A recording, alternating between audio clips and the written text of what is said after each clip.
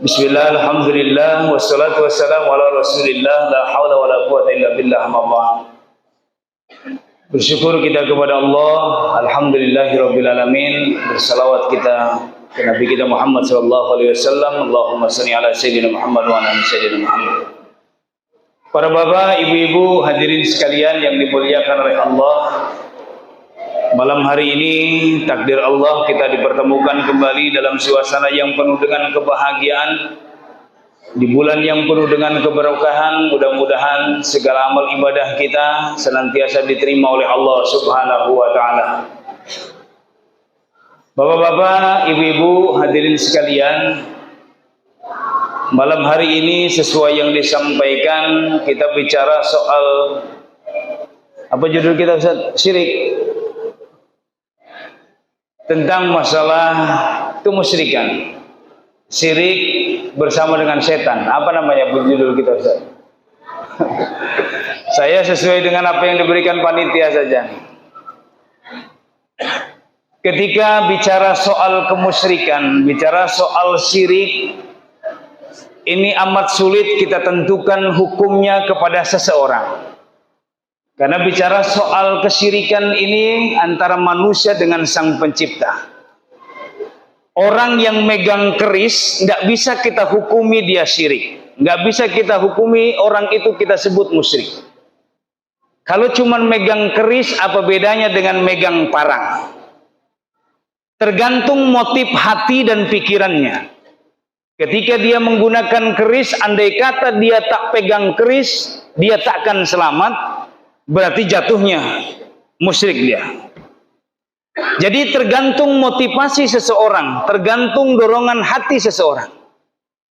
Contoh bapak-bapak hadirin sekalian, kalau kita sakit kepala, apa yang pertama kita ingat? Jawab aja Pak, jawab. Biar cepat kita selesai. Kalau sakit kepala, apa yang pertama kita ingat Pak? Yang kita ingat adalah obat. Kalau tidak bodrek, paramek. Maka kalau ketika hari itu sakit kepala yang kita ingat bodrek dan paramek, berarti kita sudah terjebak dalam kemusyrikan yang tingkat kecilnya. Kalau kita sakit kepala, apakah dengan minum bodrek sakit kepala kita akan hilang? Tidak sekali-kali. Sebab yang mengangkat penyakit kita dialah Allah.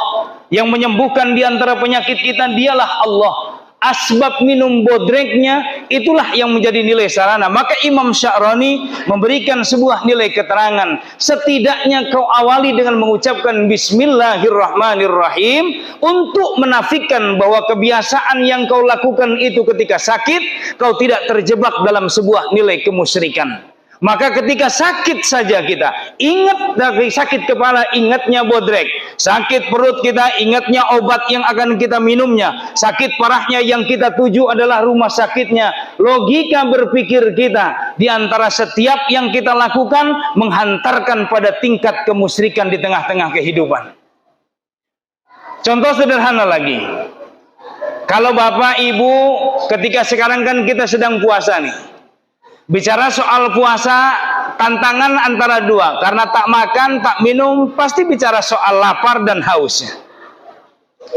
Apakah ketika orang tak makan dia akan lapar? Apakah orang yang tak minum dia akan haus? Jawab saja. Kalau tak makan kita ngapain Pak? Kalau tak makan kita ngapain Pak? Lapar. Setelah tak lapar kita ngapain Pak? Kalau sudah lapar, kelamaan tak makannya, maka jatuh dengan tingkat yang lebihnya. Selain sakitnya kita mungkin jatuh akan pada nilai kematian. Itu logika kita berpikir. Kenapa ingin saya sampaikan Bapak Ibu, bahwa kalau bicara soal tak makan ternyata kita lapar. Siapa yang mengenyangkan perut kita? Ada ndak makhluk Allah Subhanahu wa taala yang tak perlu makan ternyata dia hanya diberikan kekenyangan oleh Allah? Ada ndak makhluk Allah yang tak butuhkan minum ternyata cukup dengan kapasitas berzikir kepada Allah dia dikenyangkan? Ada makhluk Allah, apa namanya? Malaikat. Ustadz, apa bedanya? Itu kan malaikat, kita kan manusia. Apa bedanya di mata Allah? Kita manusia dengan para malaikat Allah. Ketika Allah yang punya kuasa, kau makan pun takkan diberikan kekenyangan. Ada lagi makhluk manusia yang lainnya tak makan, tak minum dia hidup? Ada. Siapa contohnya? Ashabul Kahfi. Berapa tahun? Bukan 1 hari, Pak. Bukan 2 hari, Pak. Bukan 3 hari. Bukan sebulan. Bukan 1 tahun. Tapi ratusan tahun ditidurkan oleh Allah Subhanahu wa Ta'ala. Ternyata tak mati tuh Ashabul Kahfi. Kalau begitu apa?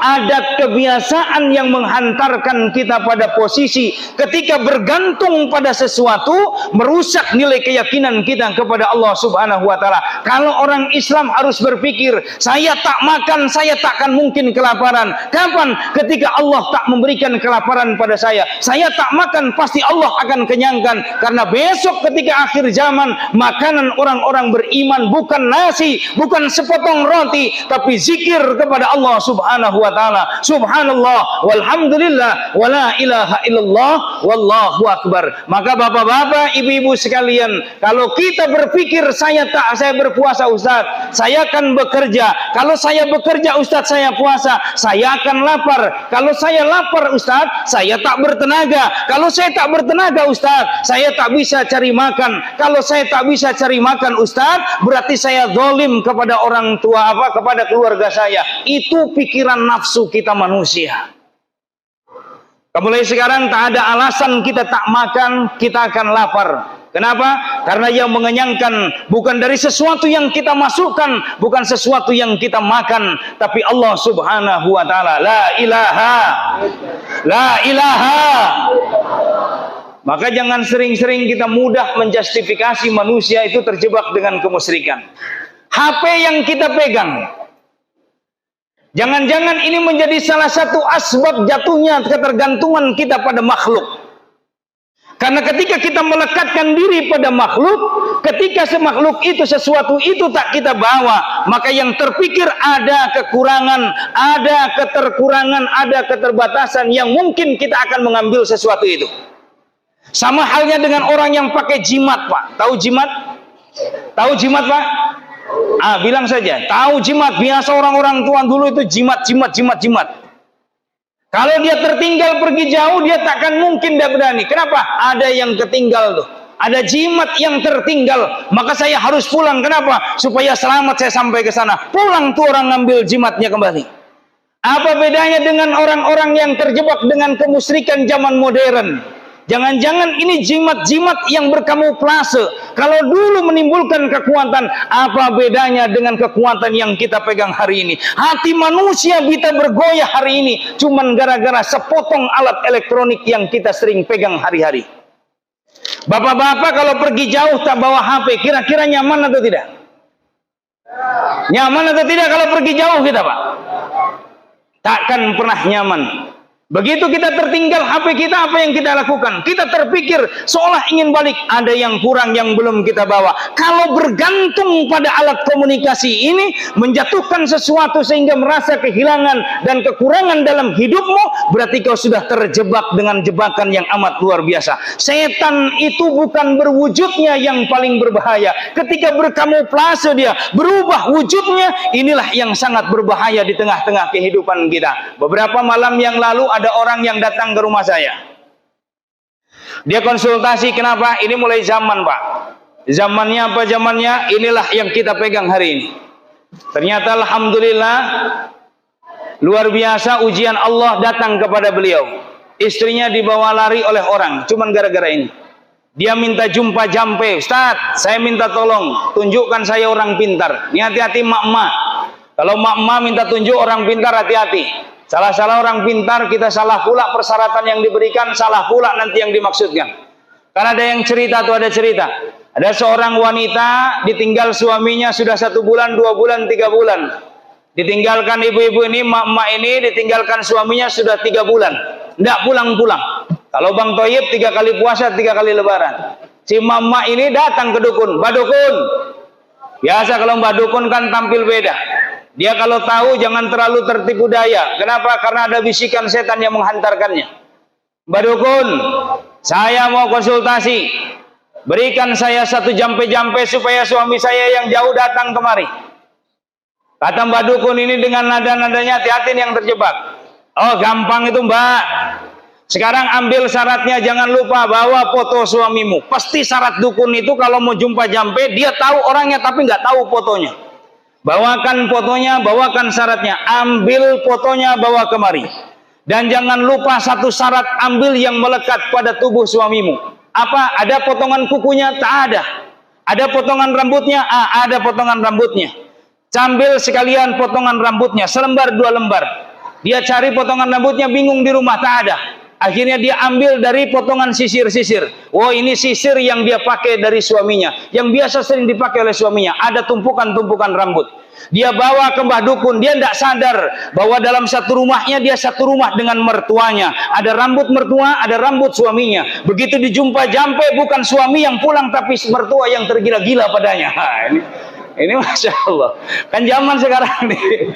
Hati-hati ibu bapak, tidak boleh. Karena dosa yang paling terbesar yang takkan mungkin diampuni oleh Allah Subhanahu wa Ta'ala, kecuali dia bertaubat dengan dosa kemusyrikannya, adalah dosa kesyirikan. Ustaz, bagaimana kalau kita telah terjebak dengan kemusyrikan? Bertaubatlah kamu kepada Allah, bersyahadatlah kamu kepada Allah. Setiap hari kita ucapkan asyhadu an la ilaha illallah wa asyhadu anna Muhammadar Rasulullah. Mungkin kau menyembah pohon besar, takkan mungkin kita umat yang beragama. Mungkin kau yakini dengan segala sesuatunya, menyembah Lata, Uzza, Manna dan lain sebagainya, takkan mungkin kita lakukan seperti halnya bangsa kafir Quraisy. Tapi kesyirikan-kesyirikan yang terkecil yang kita tak sadari setiap langkah kehidupan kita, meyakini dengan harta kita akan memberikan sebuah nilai kebahagiaan, yakin kepada jabatan akan memberikan sebuah nilai kenyamanan, yakin kepada pasangan akan memberikan sebuah nilai rasa dalam hati, berarti kau telah terjebak dengan kemusyrikan. Setidaknya kau yakin kepada makhluk, menghilangkan keyakinanmu kepada Sang Pencipta Allah Subhanahu wa Ta'ala.